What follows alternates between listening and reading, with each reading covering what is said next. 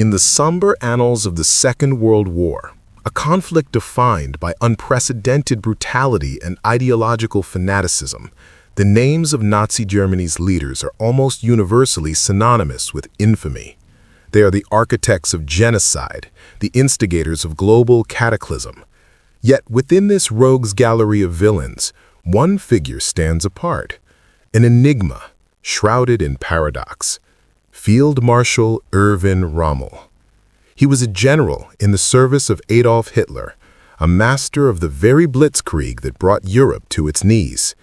But to his adversaries, he was something else entirely. The British, who fought him bitterly in the desolate sands of North Africa, admired him. The Americans saw in him the epitome of a brilliant, professional soldier. Winston Churchill himself, in a speech to the House of Commons, paid his enemy the highest compliment. "We have a very daring and skillful opponent against us, and, may I say, across the havoc of war, a great general." He was the Desert Fox, a commander whose cunning, speed, and audacious tactics became the stuff of legend.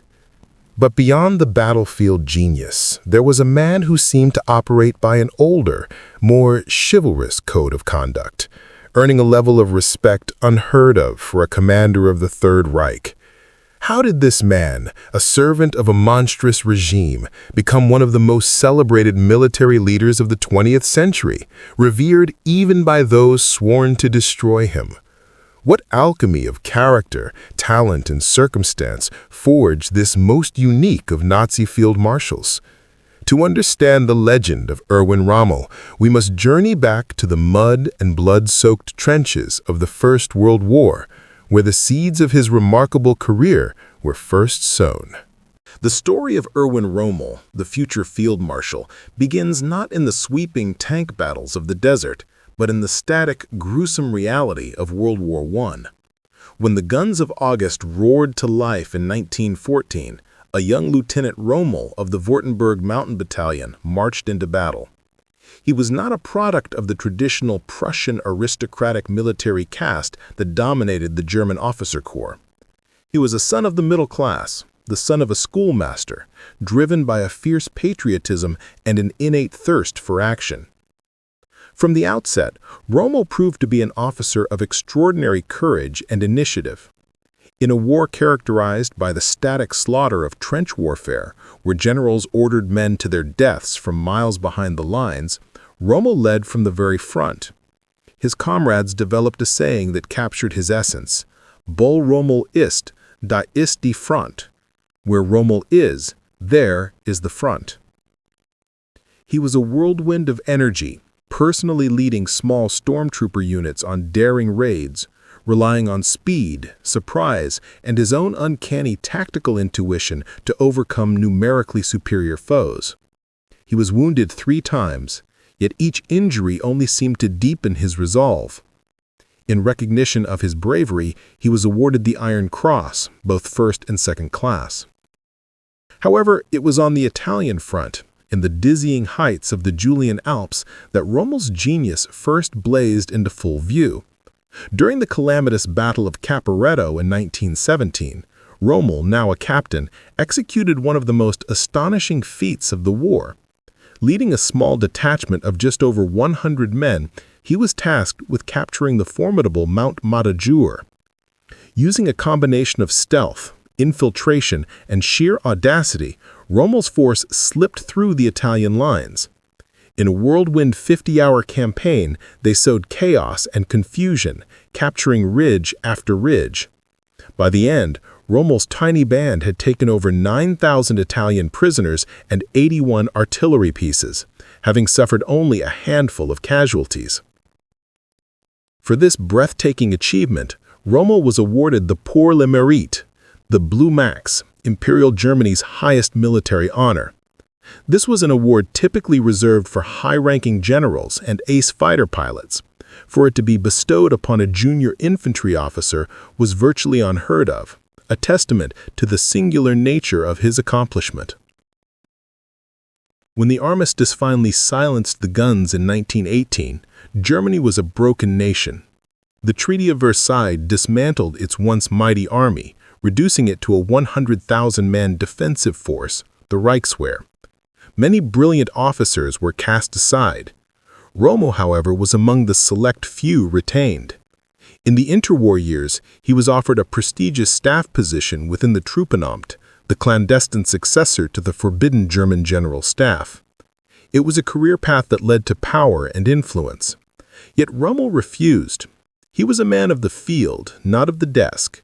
He chose instead to remain a front-line officer, a commander of troops, where he felt he truly belonged. He took up a post as an instructor at the Dresden Infantry School and later the Potsdam War Academy. Here he distilled his battlefield experiences into a revolutionary book, Infanterie greift an, Infantry Attacks, published in 1937. The book was a sensation.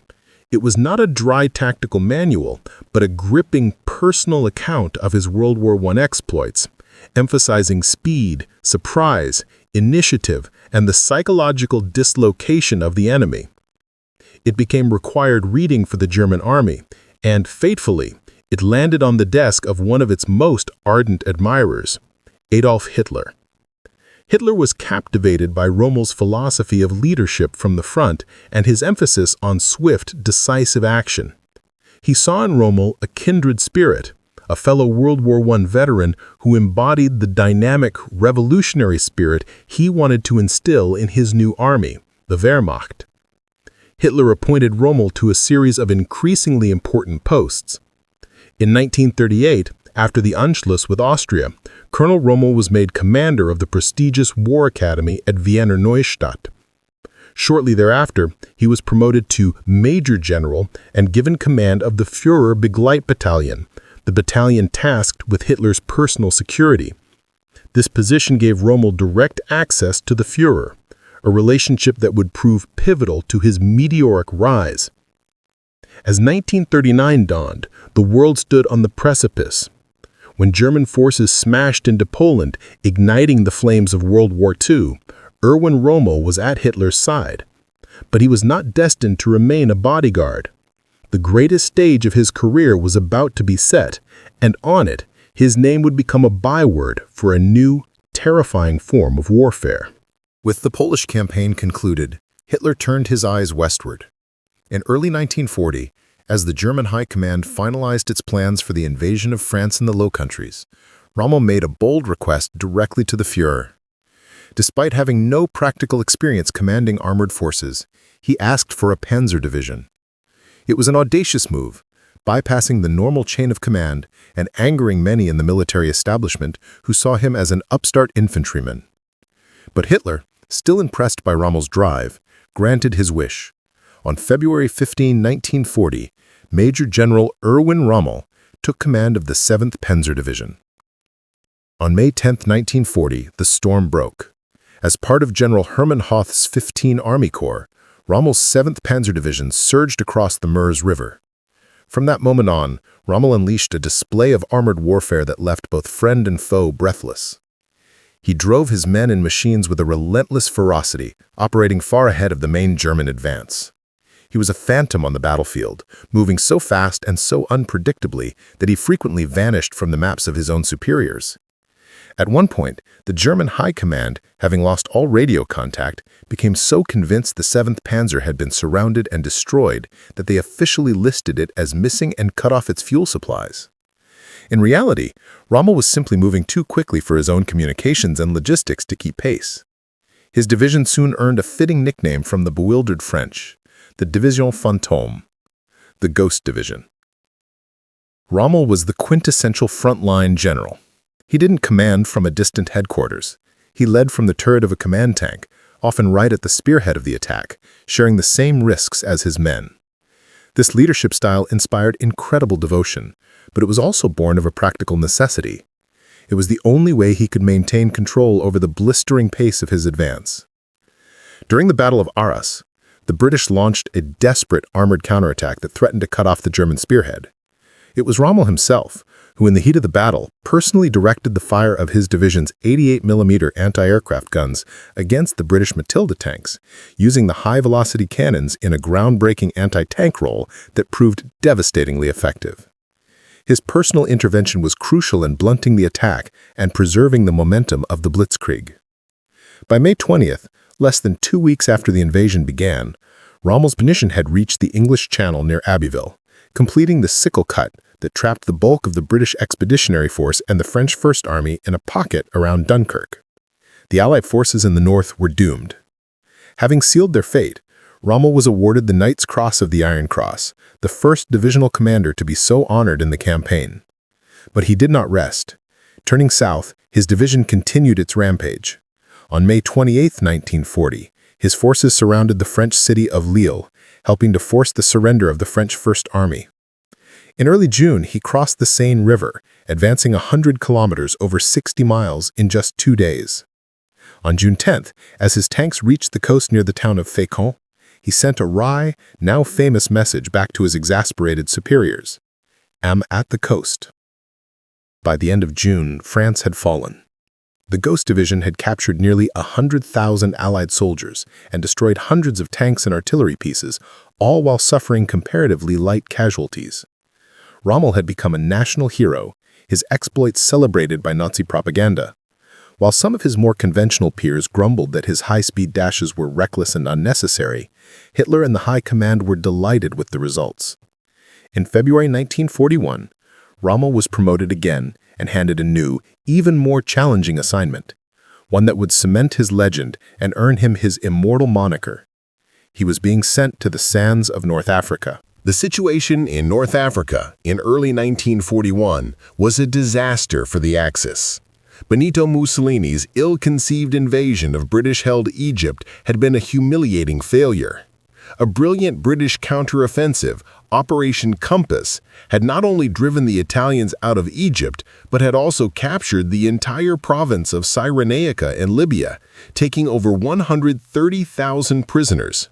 The Italian army in Africa was on the verge of total collapse. To prevent his Axis partner from being unceremoniously ejected from the continent, Hitler initiated Operation Sonnenblume, Operation Sunflower. A small German blocking force, the Deutsches Afrika Korps, would be dispatched to Tripoli to stabilize the front. Its commander was the newly promoted Lieutenant General Erwin Rommel. Rommel's orders from both the German and Italian high commands were explicit and cautious.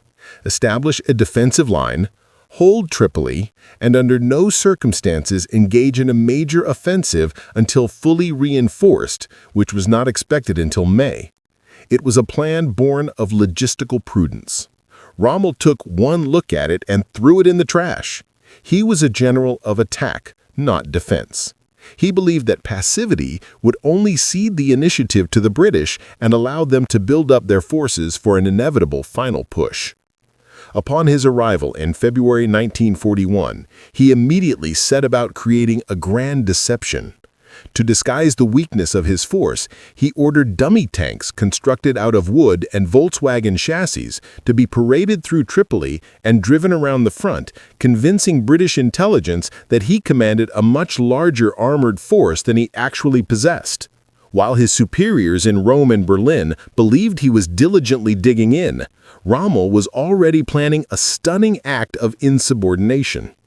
On March 24th, with only a fraction of his forces assembled, Rommel launched a reconnaissance in force that, in reality, was the opening gambit of a full-blown offensive. He struck the overstretched and complacent British forward positions at El Agheila. The British, caught completely by surprise, fell back. Sensing weakness, Rommel pressed his advantage with breathtaking speed. What began as a probe rapidly escalated into a lightning campaign. He pushed his outnumbered and outgunned troops relentlessly across the desert, ignoring frantic orders from his superiors to halt. Within 2 weeks, the tide of the war in Africa had been spectacularly reversed.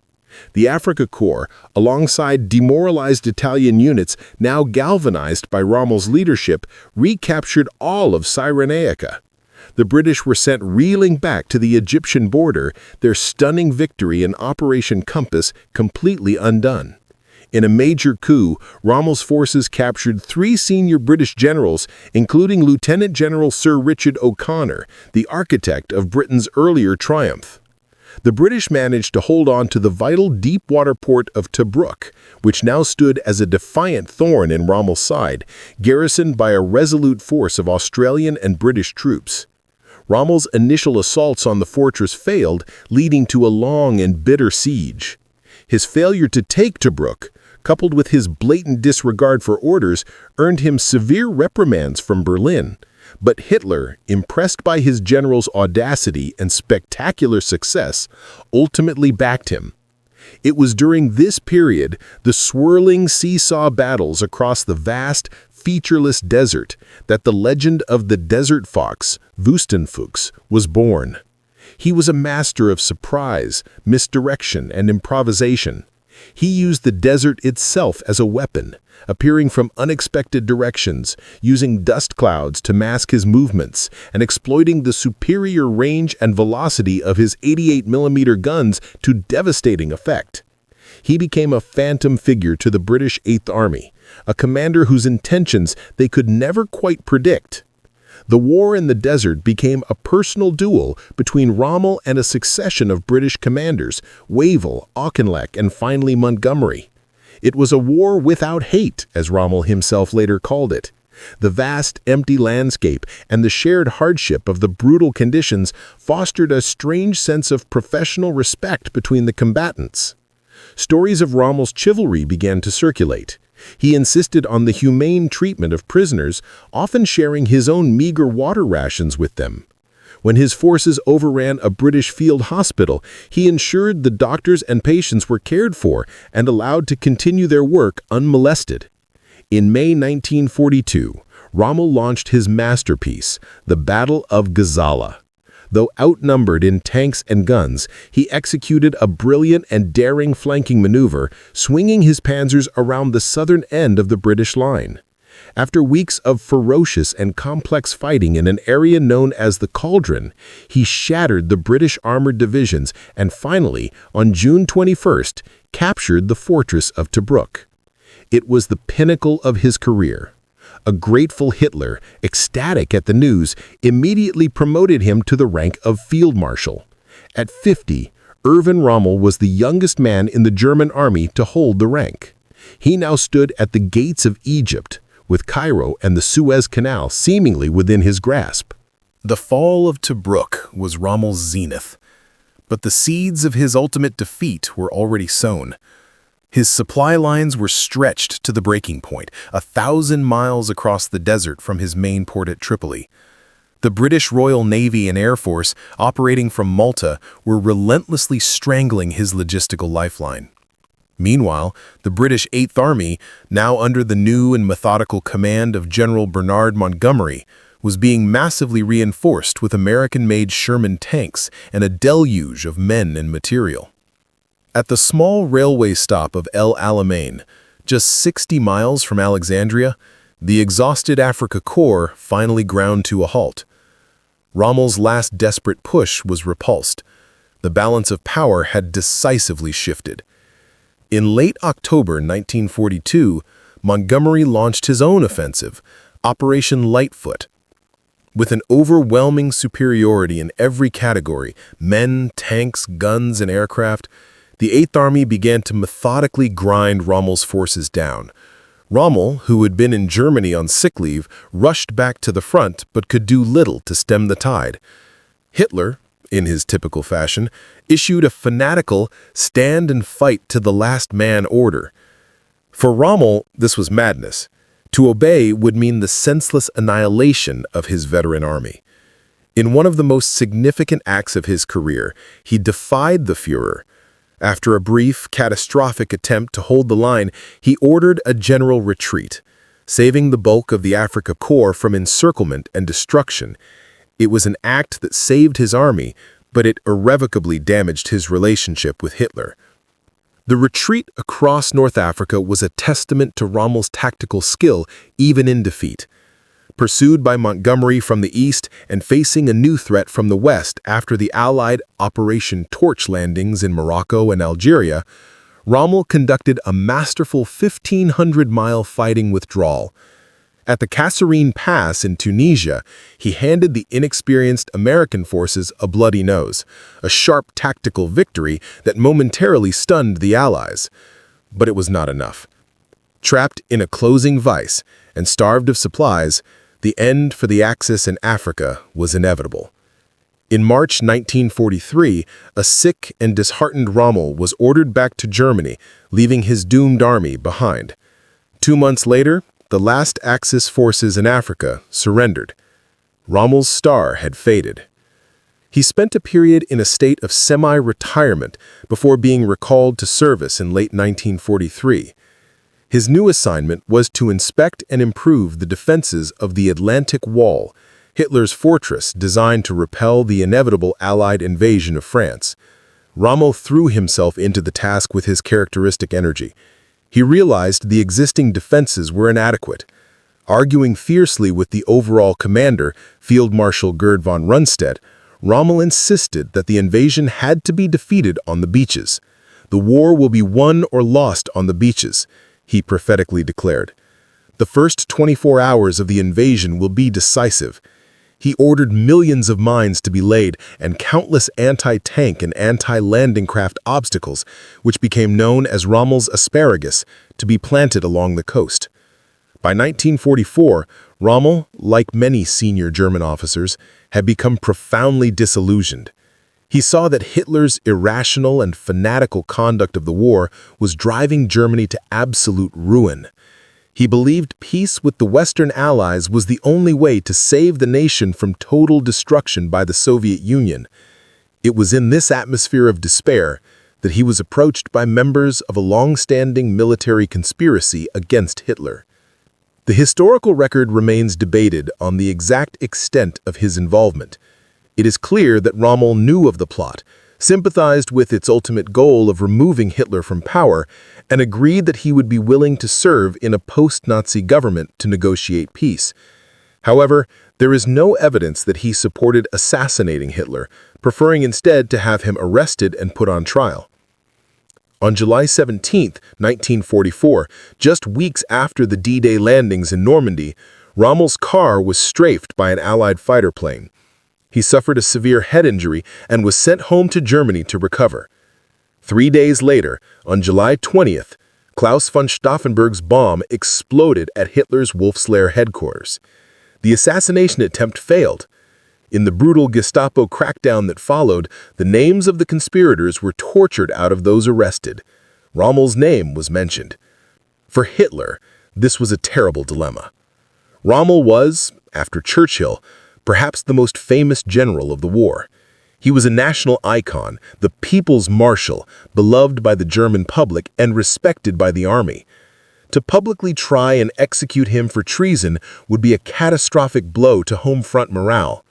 So, a more sinister solution was devised. On October 14, 1944, 2 generals from Hitler's headquarters, Wilhelm Burgdorf and Ernst Meisel, arrived at Rommel's home. They laid out the Führer's ultimatum.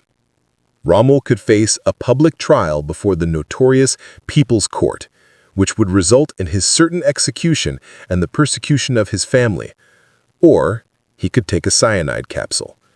If he chose the latter, his death would be announced as resulting from his battle wounds. He would be given a full state funeral with all honors, and his family would be left unharmed and would receive his full pension. Trapped, and with his primary concern being the safety of his beloved wife, Lucy, and their son, Manfred, Rommel made his choice. After saying a calm farewell to his family, he put on his Afrika Korps leather coat, got into the general's car, and was driven down a quiet country lane. A few minutes later, he was dead. The Third Reich announced that Field Marshal Erwin Rommel had died a hero's death. The truth of his forced suicide would only be revealed after the war. When the war finally ended and the full, horrifying scale of the Nazi regime's crimes was laid bare for the world to see, the Allied powers convened the Nuremberg trials to bring the perpetrators to justice.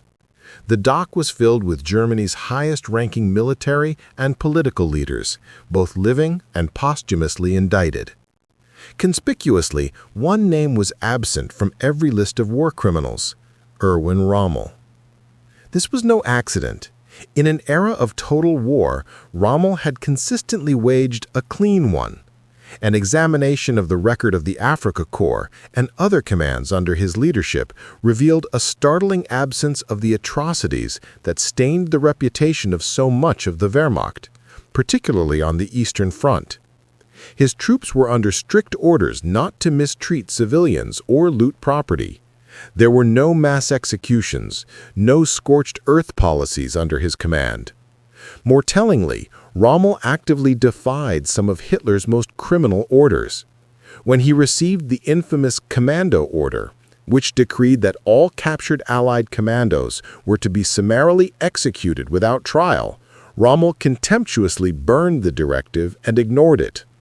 When Jewish soldiers, both from the British Army and the local populations in North Africa, fell into his hands, he treated them as he did any other prisoner of war, refusing to hand them over to the SS for extermination. The stories of his conduct became legendary. On one occasion, after a battle, Rommel learned that his Italian allies had confiscated the personal watches and belongings of captured British officers. He was incensed. He immediately ordered that every single item be returned to its rightful owner. Such acts, while small in the grand scheme of the war, painted a picture of a man who saw his opponents not as subhuman ideologues, but as fellow soldiers. This respect was reciprocated in full measure. The British Eighth Army spoke of him with a mixture of fear and admiration. General Sir Claude Auchinleck, one of his primary opponents, issued a directive to his officers demanding they stop treating Rommel as a superman or bogeyman, a clear indication of the psychological hold the Desert Fox had on his foes. American General George S. Patton, a man not known for his generosity toward opponents, studied Rommel's tactics and considered him a master of his craft. Perhaps the most powerful endorsement came from Winston Churchill, who, even in the darkest days of the war, could appreciate his enemy's quality. This mutual respect, this sense of a war without hate, has made the North African campaign a unique chapter in the history of World War II. It was a war of maneuver fought by professionals, largely free of the ideological poison that saturated other fronts. Today, Erwin Rommel's legacy remains complex. In modern Germany, he is remembered not as a Nazi, but as a brilliant soldier and ultimately a victim of the regime he served. Several German military bases, including the largest army base, the Generalfeldmarschall Rommel Kaserne in Augustdorf, bear his name. Streets are named for him, and a museum is dedicated to his memory. He is memorialized as a man of courage, chivalry, and integrity, who recognized the evil of the Third Reich and paid for it with his life. In the end, Erwin Rommel remains a figure of profound contradiction. He was a military genius who lent his talents to one of history's most malevolent regimes. Yet on the battlefield, he conducted himself with an honor and decency that transcended the squalor of his cause. He was a master tactician, a brilliant leader of men, and a chivalrous opponent. It is for these reasons that the Desert Fox, the one Nazi Field Marshal the world could admire, has secured his unique and enduring place in the pantheon of great military commanders. He stands as a timeless reminder that even in the heart of the darkest conflicts, the character of an individual can shine through, earning the respect not only of his own nation, but of the very enemies who sought his defeat.